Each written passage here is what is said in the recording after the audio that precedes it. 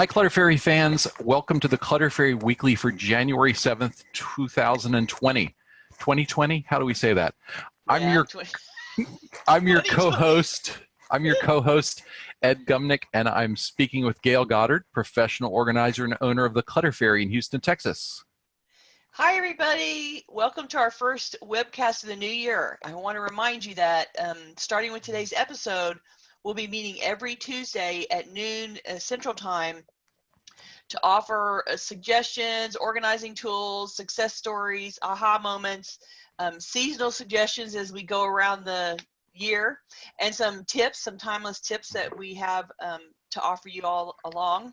We'll also answer your questions and tackle the topic suggestions that we get from you, our listeners and viewers. And we've been reading through comments, and we have a long list of things that you've already suggested and implied and asked questions about. And so we have great things to talk about that are all coming from you, and I appreciate that so much. Yeah, we've gotten some great input already, and it's helped us plan content for our next several shows. Before we get into today's topics, I want to start with a couple of quick notes for people who are watching live. If you're participating in the Zoom meeting, please feel free to share your comments and questions via the chat, and I'll try to make sure Gayle addresses them before we move on to another topic.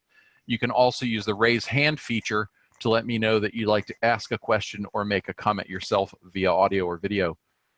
We're streaming the webcast live on Facebook, so you can also share your questions and comments in the comments section there, and I'll relay them to Gayle.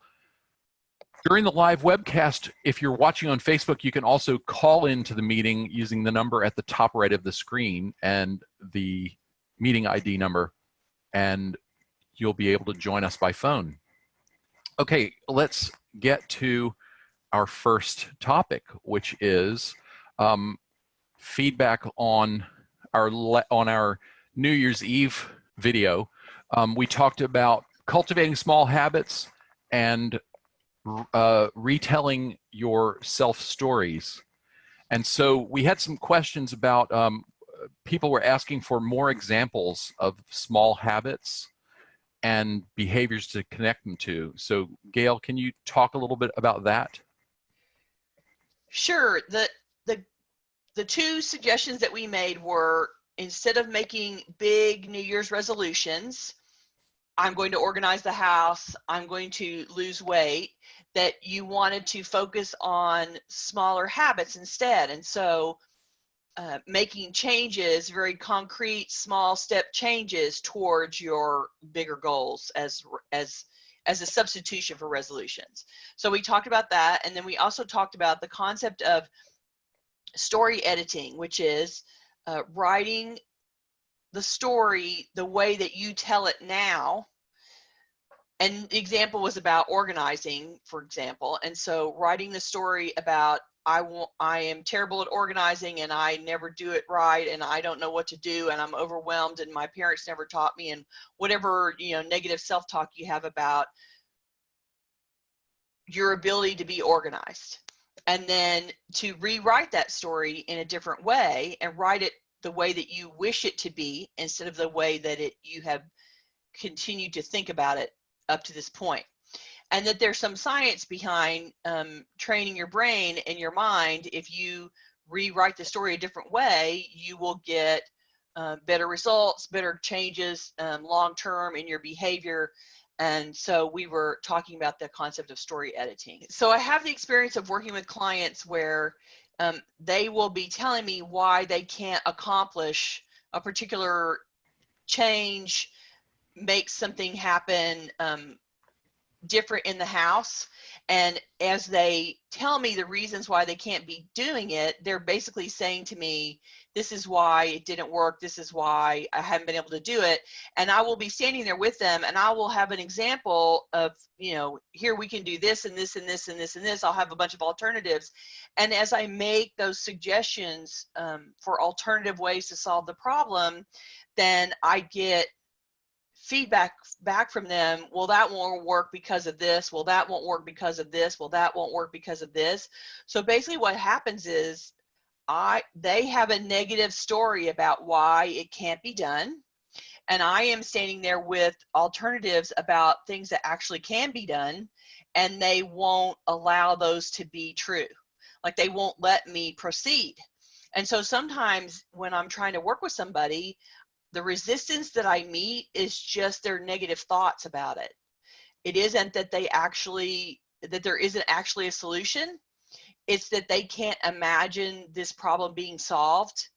And so they just resist any possibility of it being changed or different.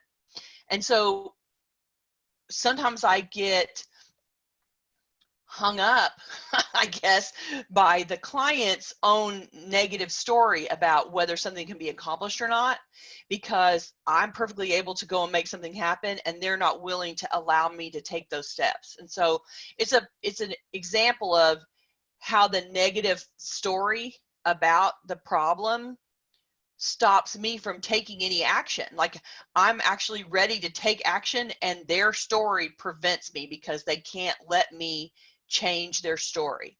And so the things that we tell ourselves about why we can't do it are just as impactful in terms of stopping motion as writing a new story will be in impacting getting in motion, if that makes sense.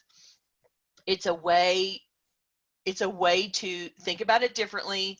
And we had somebody comment on there that she just went on and said, I didn't think about it in the same way. I would just, instead of being worried about if I do this, I'm going to be in pain, or if I do this, I'll never get to the end. She's like, oh, well, I've got some time. And so I'm having a good day. And so let me go and work on it. And she said she was able to accomplish the task, and she got it done a lot faster than she thought it was going to go. And so she went on to a couple of other things, and she didn't end up being in pain. And she realized afterwards, it's like, oh my God, I've been not doing this for so long. What was different? And she realized in that moment, on that day, she didn't have all the negative self-talk about why she couldn't do it as her to stop her from doing it. And so she just let those go and had some different thoughts about, I'm having a good day, I think I can tackle it, I'll go tackle it. And she was able to get done what she'd been waiting to do for months. So she was super thrilled. And it really is, those stories really impact our ability to do it. So that was the change. That was the negative to positive storytelling that we talked about. I wanted to chime in on that too, because Sure. I took our suggestion to heart myself, and actually have been practicing this every couple of days since we published that video, and experimenting with new self-stories about my exercise habits, my eating habits, my writing habits. And it really does have a surprising positive effect. And I think I was trying to explain it to someone the other day, and what struck me was, I think it's because the first step in everything we do is imagining what we're going to do. If I am thinking about going to the kitchen to get a snack, first I imagine that, and then I take the action. And Right. so sitting down and rewriting the story about some part of your life is sort of an active. It's an active imagination. It's an act of positive imagination. Mm-hmm. So. And it's how we do everything. I mean, the example that I came up with this morning as we talked about it was, we all have to give specific signals to our brain to our legs to tell us to walk around the room. And we don't know those signals coming in. We have to learn them as kids. And eventually we do it and it becomes subconscious, but we're actually sending signals to tell us about how to walk in space and in a balanced way and to move forward. And we're doing it all subconsciously now, but we're still actively sending instructions to be in motion. And we have to imagine what we want to do before we do it. And you do a whole lot of it subconsciously now, but you can do it consciously about things that you want to change and be different. And there's, there's science behind what's going on, and it is possible to make those changes just by writing the story a new way. Will it change you overnight? No, but it is certainly a support mechanism for you to change your behavior, change your habits long term. And somebody asked about examples, you said. So modifying existing behavior. So one of the things that people complain about a lot is things like, I'm terrible about putting up the laundry, or I'm terrible about handling the daily dishes in the kitchen. I don't put up the clothes that I wear during the day, and they end up hanging over the, the exercise bike or whatever. These are all examples of small habits. You can say, okay, I want to manage my laundry differently. That's the new story, right? I want to manage the laundry in a new way, and I want to wash it and dry it and fold it and actually put it away. And usually it breaks down somewhere along that track that you start losing track of stuff. And so having the laundry be hooked to other habits, like you wash it and go away and do something else and come back and you're going to dry it, and somewhere along that, wherever it normally breaks down for you, let's say it breaks down and you fold it all, but then it never comes out of the basket. So maybe every time you walk into the bedroom, you have to take one piece of clothing with you. Or maybe the new habit is that you take the basket after it's folded and you go and sit it in the middle of your closet floor, so that you have to trip over it before you put it all away.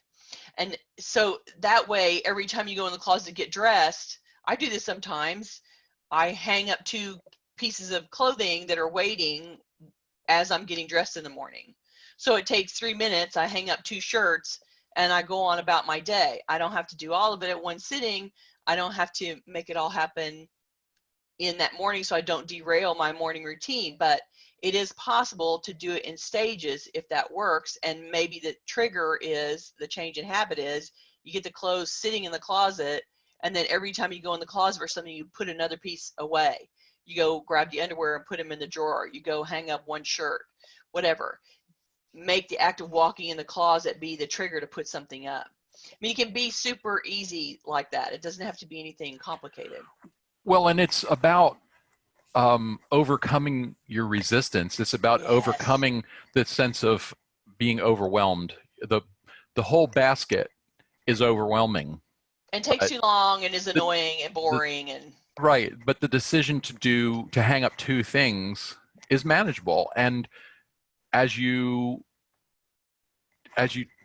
take down your own resistance, if you set aside that sense of being overwhelmed and take a little action, the action gets easier.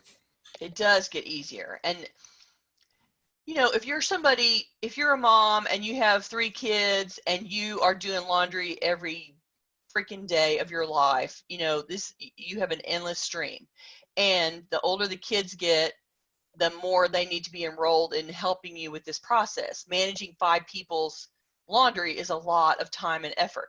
And so you have to scale this process for your own family size and volume of laundry, for instance, in this example. So if your kids are teenagers, they need to be enrolled in the end product of putting up their own laundry after you wash it. Or maybe they need to be washing their own and everybody's responsible for their own laundry. I mean, that's something that as moms, you have to take care of kids when they're little, but there's some point where training them to do their part of the process becomes necessary because you don't have the time to manage 5 people's stuff, truly. And so passing that chore on to them and letting them, maybe that's part of your habit change, is that you enroll them in doing their part of the process, the laundry that you're willing to let them do, or you're happy to give up, I guess. Negotiate about it. Maybe the kids are happy to wash, but they don't want to fold, or maybe they don't want to wash and they will fold, or whatever. You guys can have a family meeting about it and divvy up the chore. But if you're just managing yourself and maybe yourself and a spouse, then take the laundry basket, put it somewhere, and spend your 2 minutes hanging up 2 shirts at a time every time you go into the bathroom, for instance. I've done that before. I go into the bathroom and I come out and I put the socks up. Then I go back to what I was doing, you know. I mean, you can link it to something really silly. And at my age, you know, I go to the bathroom a lot. And so it's a good trigger for me. Oh my gosh. Okay, let's, before we move on to our next topic, I wanted to relay a comment from Bonnie and wish her a happy anniversary. Bonnie says, I am celebrating my wedding anniversary today, 42 years, and we lived in the same house since 1993 and raised 2 children. Now empty nesters ready to downsize, really realizing that I have lots of stuff, evidence of a life well lived, LOL. Looking forward to Right? letting go. Your videos are so motivating. Happy New Year. Thank you. Happy New Year to you. And, you know, great for you to recognize that this is part of the season of your life as an empty nester. Congratulations on the 42 years, and emptying the nest is a perfect thing to do actually when you get to the empty nesting stage. Most people find themselves, you know, oh my gosh, I don't have kids to manage anymore, and it's like, you're right, and now it's time to dismantle the house because it is buried under all of your life and raising, and you do not want to leave that chore for your children after you're gone, and you do not want to be doing it when you are you know, in your 80s and physically unable or unwilling to do it. So now's the time, and happy anniversary. And Jen commented on the topic of enrolling the kids in laundry. Training them to do laundry is an important thing parents teach kids. I would have been much better off in college if I had better laundry habits. Haha. Right? It's some clue at all about how to do laundry. I mean, it's all great that you do it for your kids because you love them, and then they go and live with a roommate, and the roommate's like, what is wrong with you? You are a hot mess, right?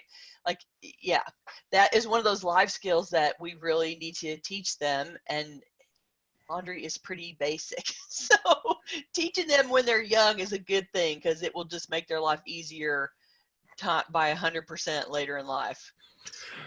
One more follow-up on the New Year's topic, which is we've advocated before for new month resolutions as an alternative to overwhelming goals. And that kind of brings us to our next topic, which is we had a question about how to organize a planner. Yes. And what can you say about that, Gayle?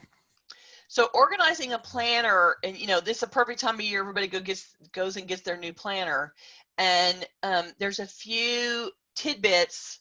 I am not I'm not a productivity expert in my focus, but I do have some productivity tips. And a planner is one of the ways that people try to make themselves productive and manage their time, manage their to-do lists. And so setting up a planner requires deciding whether you want paper or electronic. Either one works. It's just a personal preference thing. And then cultivating habits around the planner, like you want to debrief your work day, for instance, when you get to the end of the day and go into the planner and go, okay, here's the things I need to do tomorrow. Like, you want to sort of do a wrap-up meeting at the end of your workday in order to help you know what's going to be your priorities for the next day. A lot of people do a Sunday night roundup where they pull out the planner and look at what's coming up for the week. That's particularly helpful for people with families where they're trying to plan all of the million events that you and your spouse and your kids have to do in the coming week. And, you know, oh gosh, everybody's going to be out, or I'm not going to be here on Thursday night to cook dinner, or, you know, blah, yada, yada. So having a sort of weekly scan in advance of the new work week is a really helpful way to stay on top of things. Keep as much of your schedule as you can in the planner. So that's write down every appointment, and make sure that if you are keeping track of your family's schedule, a lot of times people try to use electronic systems, planners that way, so that all of the family can put all their events on the same calendar that everybody can see, so everybody knows what everybody else is doing, and you don't suddenly get surprised. Oh, but Mom, I'm supposed to be at, the baseball time is happening, the game is happening at 7 o'clock, and you're going to be somewhere else, and how am I going to get there? Like, being able to look at everybody's calendar that you're in charge of managing, particularly while your kids are younger, is a really important thing to do. And having a collective calendar for that, whether it's collective on the wall at home in the kitchen, hanging on the wall, or it is something that everybody can electronically log in. As the kids get older, then the teenagers can go in and, we'll work on something electronic and add their schedule in too. So as much of the calendar isn't just for you to put the dentist appointment in. It's for you to put in everything that everybody needs to have done in a specific time frame.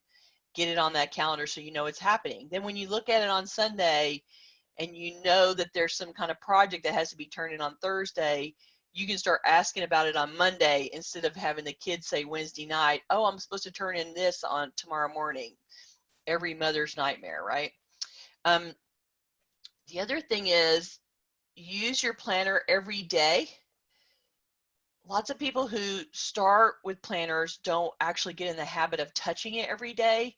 And it really is a visual cue for you to know what's going on, and you will remember the things that you see on the calendar. And of course, repetition, helps. So every time that you go in and look at it, you're refreshed about what's coming up and what appointments are happening, and it will help you remember. So use a planner every day, and that gets easier as you go along. The more that you do it, the easier it is. As you use a planner, this is also how you can plan tasks that need to get done. And this is particularly helpful for people that are ADD. Making a schedule, making a specific time where you do things over and over. And I tell this to people who are trying to get started on, like our comment earlier about, now I have a house that we've lived in for all this time and it's time to downsize. That project is not a project that's going to get done in the afternoon, right? That's a project that's going to take some time. And so deciding that the habit that you want to address towards that project is, I want to work on this every week, right? So maybe that's the habit. And maybe the way that gets incorporated into the planner is that you go into the planner and you say, I'm going to organize on Wednesday mornings from 10 to noon, right? So you're scheduling an appointment with yourself, which makes it a recurring appointment. And then every Wednesday morning, you know what you're going to be doing. And that makes it a habit, right? Like after you've done every Wednesday morning for a month from 10 to noon, then whenever anybody says, blah, blah, blah, are you free on Wednesday morning? You're like, no, I've got an appointment then. I can't be working on that right now. And so we got to schedule a different day. So it's a way for you to create a habit of repetitive motion. And almost all organizing projects are long-term repetitive motion, because each little small organizing task is a short bit of time, but the whole organize the house project is a big, big elephant that you have to bite 1 week at a time. And the best way to do that is to go into that planner and to set a recurring appointment with yourself every Wednesday at whatever time. I'm going to work for 2 hours on the project, or 3 hours, or 30 minutes, like whatever you have the capacity to do. But setting that appointment and creating that habit will help you accomplish that goal. And the planner will help you, because you're going to go into the planner and look at it, and every Wednesday there's going to be this box that says organize the house, right? And so it supports your habits and change in behavior, I guess. That's what I'm saying about that. Gayle, before I forget, I want to remind people who are watching on Facebook about our YouTube channel, because some of them might not be aware of it. We have a collection of more than 100 videos on a variety of organizing topics on our YouTube channel at cfhou.com/YouTube. If you subscribe on YouTube, you'll get notifications whenever we post something new. and you can share your comments and questions under the videos on YouTube. We read them all and we try to respond to every single one we get. Been doing this for a while, so we get a lot of comments. So I can't always keep up, but I do try to read them all and eventually comment on most of them. Okay, the next thing I wanted to talk about is we got a great comment from a UK listener. Oh, I also wanted to say thanks to our viewers and listeners all over the world. We heard from people in Germany, Australia, Japan, and the UK at the very least in response to our New Year's video. That's really thrilling to us. Yeah, we're so excited that you guys are watching. It makes us happy. And our UK viewer said, I always have a look for a few things to donate after Christmas just to keep the amount of stuff down, especially if I got a gift to replace something I had. And that is a perfect example of, this is essentially our tip of the week, right? If you, and the holiday season, there's all this great shuffling of gifts amongst all of us. We all give things back and forth to each other. So everybody ends up with new things, and then you go and have to put it all away. And so you have now added another, 5, 10, 20, things into your house that weren't there last month. And this is a perfect time. She's making a perfect example of, you added in some new, and that means one thing has come in and one thing needs to go out. It's a perfect time to say, I got a new sweater. So is there a sweater that I can let go of now? One that is not as nice, one that is, an older version. They gave me a purple sweater and I have an old purple sweater that isn't in as good a shape, and I can let that one go. Whatever the selection process is, just to acknowledge that how you get rid of, how you keep the volume of the stuff from creeping ever bigger is when something new comes in, something old comes out. And this is the time of year where a whole bunch of new stuff just came in, and particularly if you have kids, a whole bunch of new stuff definitely just came in because they all have parents and grandparents and everybody buys them stuff, right? So this is the perfect time to go, okay, we've added X, Y, and Z, and we need to subtract X, Y, and Z on the other side. And so if you're feeling super energetic, you can say, I brought one in and I want to have a net loss here, so I'm going to take 2 out. You have a new shirt, so go pull 2 old shirts out that aren't your favorite because you just got a new one that you love so much better. Go find 2 that aren't as much of your favorite, that don't thrill you as much, and let 2 of them go. And then, you're shrinking the population in the house. And it's fast, if you concentrate on, here's the 10 things that I added, and what kind of items can I let go of because I've got a new version of it now, and let some things disappear. And those new things can sort of soften the blow, right? Exactly. You've got these 3 shiny new books, and so it makes it a little easier to part with the 4 that you've read before and you kept them because you thought you might read them again someday, but probably not because they're always printing more books. Right? And there was a hilarious meme about Marie Kondo saying that you shouldn't have more than 30 books in your life, and then all the book people lose their minds, and there was a hilarious commentary about it. And the truth is, my comment on that was she meant on your nightstand. Right? You should have more than 30 books on your nightstand. It is a book lover's nightmare to give up books, but it is always possible, and every book person thinks that they can't possibly let go of any book. But if you actually go and stand and look at your books for a minute, you just have to look for a minute, go look at one shelf and run your finger along the titles, look at those titles. You will find books that are no longer interesting to you.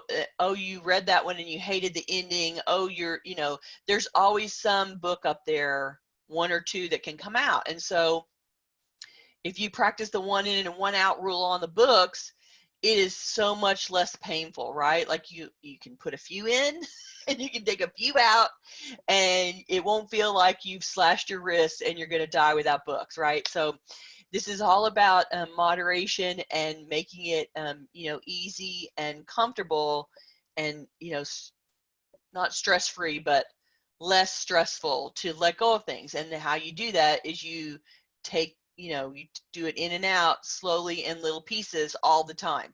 This is the maintenance chore of organizing your stuff. If you never do it and you only do it in big pieces, A, it's a much bigger job, and B, it doesn't help you stay ahead of it. And if you can do something came in, something came out on a really regular basis so that you're always selecting things to go, then you can stay ahead, I guess is what I'm saying. And you can do it in a less, you're spreading the stress out, I guess is what I'm saying. Exactly. We are running out of time, but we have a lot of great comments and questions today, and so I think we'll tackle one of them small scale, but plan to talk about it some more. Nicola on Facebook said had to teach father-in-law how to do laundry when he lost his wife when he was 75. Right. So that's and that's a story we've heard actually more than once about. It happened to my grandfather. And then M. Robinson asked, any advice for 85-year-old father who has become unwilling and unable to declutter? What's the first step? So if you want to just address that kind of quickly, but we're gonna come back to that. Clutter and aging. Yeah, that's a big topic for us. Kind of a big topic, and so that'll be coming up very soon. We'll talk about that at greater length. Yeah. So the first thing I want to say is, at 85, he's earned the right to be obstinate, right? Like it really is probably physically difficult for him, and the decision making is becoming taxing, and he's losing executive functioning because he's getting older, and it's it's the natural process of aging, right? That you don't come to the table with the same resources and skill sets that you once had as a younger person, and so it is probably too difficult for him. So one of the things you can do is substitute yourself as the physical person. You're doing the physical work, and see if he's willing to direct. So let him be still and not be using all of his physical energy, but let him tell you, okay, yes, you can take that out, and you physically, yes, you can recycle that paper, yes, you can shred that, and let him give you some direction. You might ask him if there's anything in particular that he feels he's ready to let go of. Because anybody that hears, what do you want, what part of your life do you want to give away, you don't want them to think you're trying to get rid of anything. You might ask them, are you still reading the books, or do you still want all of the pots and pans in the kitchen? Can we thin them down? So as opposed to saying, let's get rid of your kitchen contents, you can say, are there any of these pots and pans that you are through with that you think you don't use anymore? Let's leave the pots and pans that you like to use, and let's get rid of the ones that you don't use anymore. So approach it not from the, we're going to get rid of all your stuff, to we are going to work on one specific area, and we're going to look and see which ones you don't use anymore, and let him tell you what those are, and don't have judgment about what he says.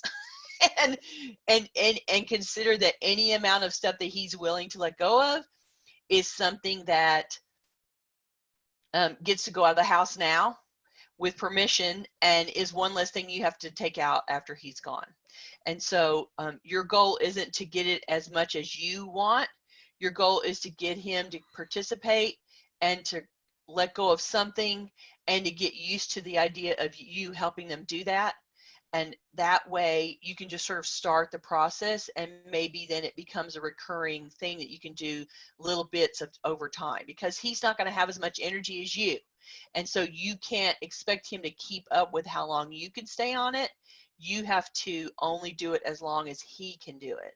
And so it's going to be slower, but like I said, anything that you can get agreement for now will help you in the end. And he may find that if you are cooperative and not confronting and willing to do what he asks, it might make him be willing to continue and cooperate along that vein. Do it again. Jen had a great comment. She said, we had that problem with my dad too. I wish I had just sat with him and looked at pictures from his childhood rather than pressuring him so much. The best moments were having him tell stories about his paintings, guns, collections, etc. Maybe that would help. Yeah, I think that She doing also those mentioned stories is that we have important. a video about organizing other people's stuff on YouTube. I can't remember Yes, what we that do. one's called. Somebody else's clutter. Somebody else's. Somebody else's stuff. Yeah, something like that. Yeah, And yeah. shout out to JC, who is joining us from France. Hi, JC. How are Um, you? Welcome from France. she suggested, to try um, engaging the older person in what certain mementos mean to him or her. Um, it'll be, an enriching experience, and they might be able to let some things go. That's always the part that people regret later, in not wanting to face that their parent is aging and dying, or whether they're ill or not. Um, Facing the fact that your parent is not going to live forever is always a shocker. and, and but allowing them to, it may seem like the most incredibly irritating thing for you to sit there and listen to them tell stories about stuff that you don't know anything about. But when that person is gone, that 20 minutes or 30 minutes or an hour that you spent will be so valuable and important to you. And let me just tell you, I looked immediately after my mother was gone. I looked back on those moments that we had shared and said things like, I'm so glad we did this. I'm so glad we went on that trip. I'm so glad we looked at her art paintings. I'm so glad that we went through that. Those are the things that matter to you when the person is gone. So take the minute, remind yourself that they're not going to be there for forever, and let them tell their stories. And they will be precious to you after the fact. Yeah. She's right. Okay, we are pretty much out of time. Do you want to Fine. say a quick word about virtual organizing Yes, I and do. remind people how that About works? virtual organizing. Da, da, da, da. That is the link to go to virtual organizing. So I actually will, through the Zoom app, just like we're doing right now, you can schedule a meeting with me and pay for an hour of my time, and then we can be live on camera together, and you can walk me around with your phone or your laptop and show me your iPad, and you can show me your environment, and we can talk about it, and I can make suggestions about what you can do and how you can follow through. Um, the one thing that we say is do not pick free assessment on there. We don't have to talk about in advance about talking about it. So you want to make sure that you pick virtual organizing as the scheduling appointment, and the system will ask you to pay for it.